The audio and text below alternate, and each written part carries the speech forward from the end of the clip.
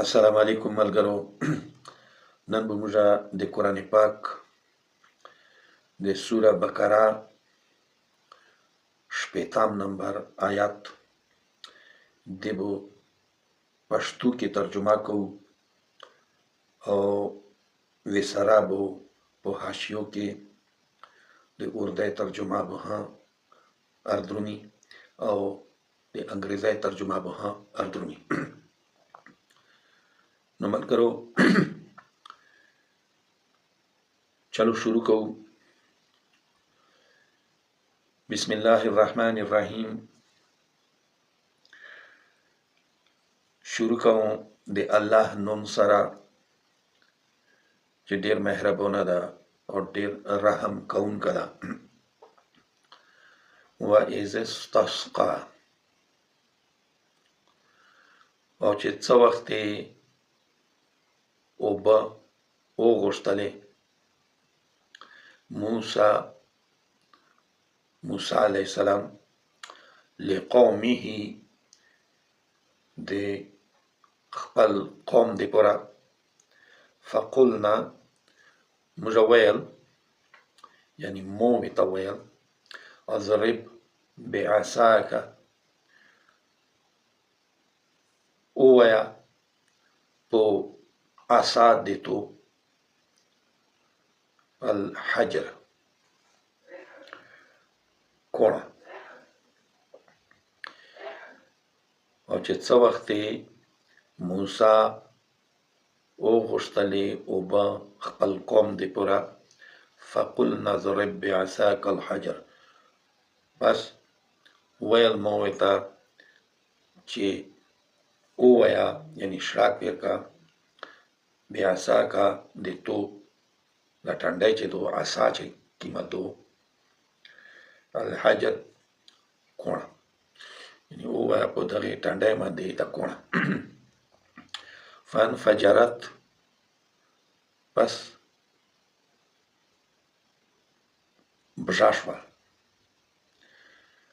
فجر یعنی موږ چې د سبایي ته موږ فجر یایو، نو دا توره شپه وچه وي،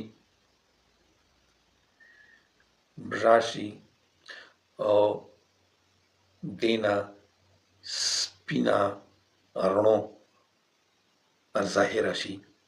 نو دا چې د کوم چاودن دي دې ته څه یایي فجر، او دلته کې یایي چې فانفجرت، بس وچاودل. فانفجرت نو دا وچاودل او دینه جاری شول. څه شی؟ منه اثنتا عشرة، منه د دنه د دغې کوڼې نه اثنتا عشره 12 عینه چشمې یعنی خوزې 12 خوزې وینه راوتلې هغې کوڼې نه.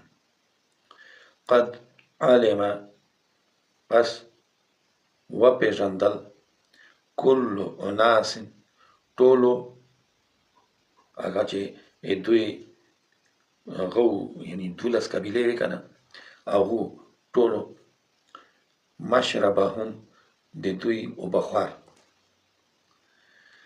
نو دوی ټولو یعنی 12 وړو قبیلو خپل خپل اوبهخوار وپېژندل. کلو واشربو، خورو او څښو. خورو یعنی امن و سلوا والا بیان چې کوم تیر شول، نو هغه الله تعالی دوی ته من و سلوا چې کومه لږله، نو هغې متعلق ورته یایي چې اوس په د لوک بیابان کې په د لوک صحرا کې تاسو ته مو خواروک تیر کړل، تاسو ته مو څښوک تیر کړل.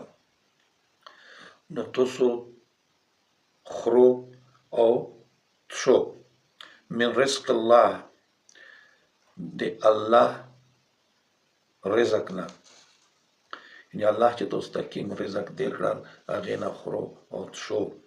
ولا تعصوا، او ما ګرځو فی الارض مفسدین، په مځکه د فاسد خلکو نه غوندې، یعنی جنگ جګړه ما جوړو او ماز یو تای کو او ګرځو په دا مځکه باندې خو امن سره ګرځو فساد ما جوړو یعنی د الله چې کومې لارې دي تاسو ته یې ښیلي دي په دغو لارو باندې څوی دینه دالې دورې مات څوی دغه دغه مقصد ده نو دلته کې الله تعالی دوی ته